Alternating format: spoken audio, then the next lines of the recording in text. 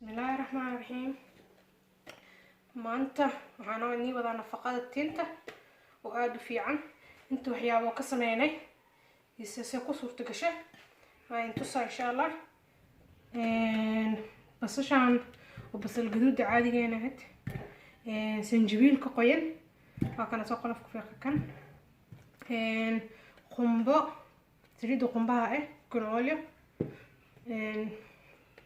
looska saliid looska intaas ka sameeynayna iyo amla powder oo tinta intaas ka sameeynayna iyo saak haddaan intaan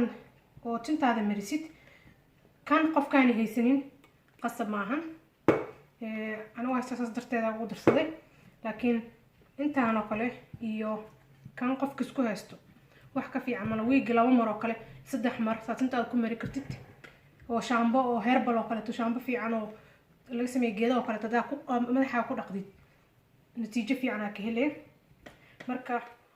waa soo hoola soo diyaarina waa isku soo laabanayna waa kana isku soo laabanay geedki inta ku soo miiray dhacaanka ka soo baxay soo kale oo miiray dhacaanka ka soo wada baxay waa toonti iyo sanjabiilka qoynaa labadooda maxaan ku daraa saliidan coconut oo dhalaaliye oo soo dhalaaliye maxaan kaloo ku daraa saliidan looska intaan kaliya qofka markuu isku isticmaalo ma sha Allah inta wax badan ka dareemay laakiin ani kana iyagu dheer oo ku darsaday qofka heli karo wax ka fiican asagana ma lahan taas oo budo yahay isagoo nolol u jira isagoo kane lakaana kan asagoo aan helay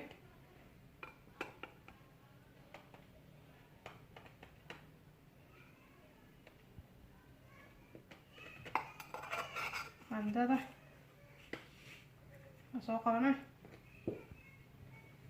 intaan saan isku qasay qandada soo qabsana soo laabana هكذا كتكون بتت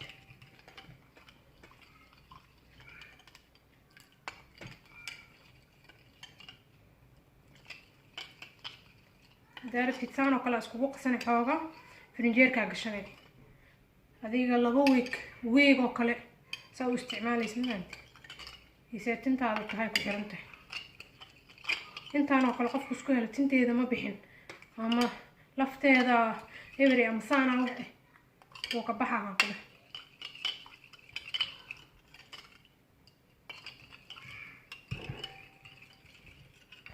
هكذا ان شاء الله وينو مركله. السلام عليكم.